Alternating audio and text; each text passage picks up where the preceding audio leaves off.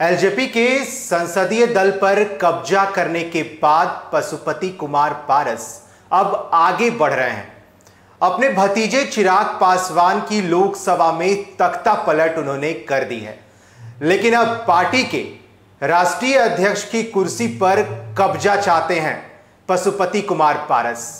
हालांकि उनके सांसदों ने उन्हें पार्टी का राष्ट्रीय अध्यक्ष मान लिया है, लेकिन लोक जनशक्ति पार्टी के संविधान के अनुसार राष्ट्रीय कार्यकारिणी की बैठक में उन्हें मुहर लगानी पड़ सकती है, तभी वो जाकर के एक बार लोक जनशक्ति पार्टी के पूर्ण रूप से राष्ट्रीय अध्यक्ष कहलाएंगे।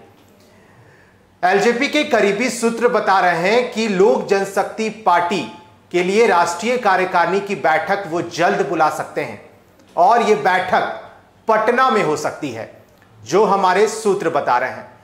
बता दें कि जिस तरह से यह तख्ता पलट की गई, रातों रात बिहार की राजनीति में एक बड़ा सियासी खेल देखने को मिला, जब चिराग पासवान के 6 में से 5 सांसदों ने उनका साथ छोड़ दिया और वो 5 सांसदों ने पशुपति कुमार पारस, जो चिराग पासवान के खुद के चाचा हैं, उनका साथ दिया है, यानी कि उनको पार्टी का राष्ट्रीय अध्यक्ष मान लिया है। कल ही लोकसभा अध्यक्ष ओम बिरला की तरफ से भी जो नोटिफिकेशन जारी किया गया, उसमें लोजपा का संसदीय दल का नेता पशुपति कुमार पारस को चुन लिया गया है।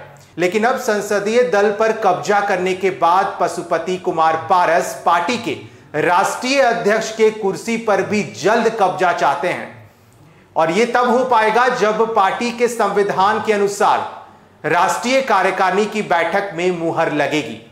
और जो कयास लगाए जा रहे हैं और जो हमारे सूत्र बता रहे हैं, उसके अनुसार राष्ट्रीय कार्यकारिणी की बैठक बहुत जल्द बुलाई जा सकती है, और जो बैठक राष्ट्रीय कार्यकारिणी की होगी वो बिहार की राजधानी पटना में ही होगी।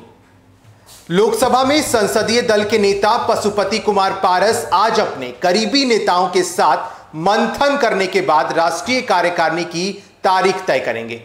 अंदर खाने से आ रही खबर के मुताबिक पारस का समर्थन करने वाले सांसद आज से पटना वापसी शुरू कर देंगे। हालांकि पशुपति कुमार पारस आज पटना वापस आएंगे, इस बात की उम्मीद थोड़ी कम है। दरअसल पारस की तरफ से चुनाव आयोग में पार्टी को लेकर नेतृत्व पर दावा पेश करना है, लिहाजा वह वकीलों के साथ इस पर मंथन करने वाले हैं।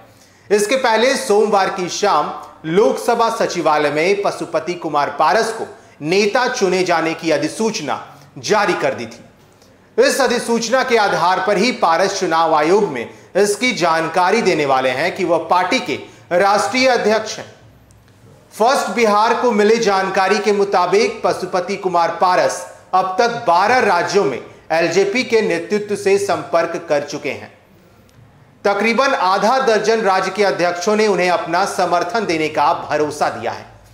एलजेपी के पुराने नेताओं और पार्टी संविधान की जानकारी वाले लोगों का मानना है कि भले ही पशुपति कुमार पारस में संसदीय दल के ऊपर कब्जा जमा लिया हो, लेकिन चिराग पासवान को राष्ट्रीय अध्यक्ष की कुर्सी से हटाना आसान नहीं होगा। इसके लिए उन्हें राष्ट्रीय कार्यकारिणी की तरफ से मुहर का इंतजार करना होगा। पार्टी के राष्ट्रीय प्रधान महासचिव खालिक रामविलास पासवान के बेहद खास रहे हैं। अब्दुल खालिक चिराग के भी करीबी माने जाते हैं। कमेटी में कई ऐसे चेहरे हैं जो अभी भी चिराग के साथ खड़े हैं। ऐसे में दोनों खेमों की तरफ से रस्साकसी तेजी होगी। पशुपति कुमार पारस और चिराग पासवान दोनों एलजेपी पर कब्जा बरकरार रखने के लिए कानूनी जानकारों की सलाह ले रहे हैं। चिराग पासवान भले ही सोमवार को अपने चाचा पारस से मिलने पहुंचे हो, लेकिन उनके मुताबिक पशुपति पारस से नहीं हो पाई हो, लेकिन अब तक उन्होंने अपने पत्ते नहीं खोले हैं। माना जा रहा है कि चिराग किसी तरह इस मौजूदा संकट से निकलने के लिए रणनीति पर हिडन तरीके से काम कर रहे हैं। वहीं पारस की स्थिति बेहद मजबूत हो चुकी है।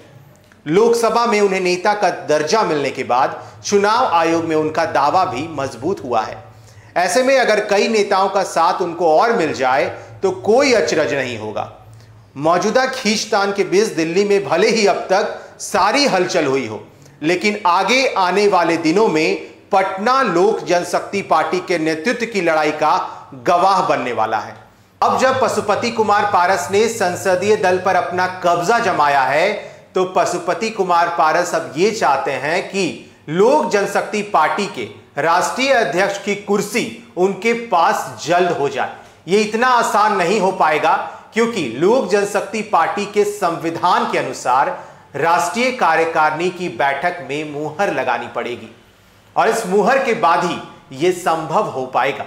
हालांकि सूत्र बता रहे हैं कि चिराग पासवान हिडन तरीके से इस रणनीति पर काम कर रहे हैं और इस संकट से निकलना चाहते हैं। अब देखने वाली बात होगी कि आने वाले समय में, जब भले ही ये हलचल दिल्ली में तेज है, ये सियासी हलचल की हम बात कर रहे हैं, तो आने वाले समय में बिहार की राजधानी पटना में जो लोक जनशक्ति पार्टी का कार्यालय है, वहां भी इस तमाम बातों को लेकर के लोक जनशक्ति पार्टी का कार्यालय गवाह बनेगा। अब देखना है कि कब पशुपति कुमार पारस और वो तमाम सांसद बिहार की राजधानी पटना लौटते हैं।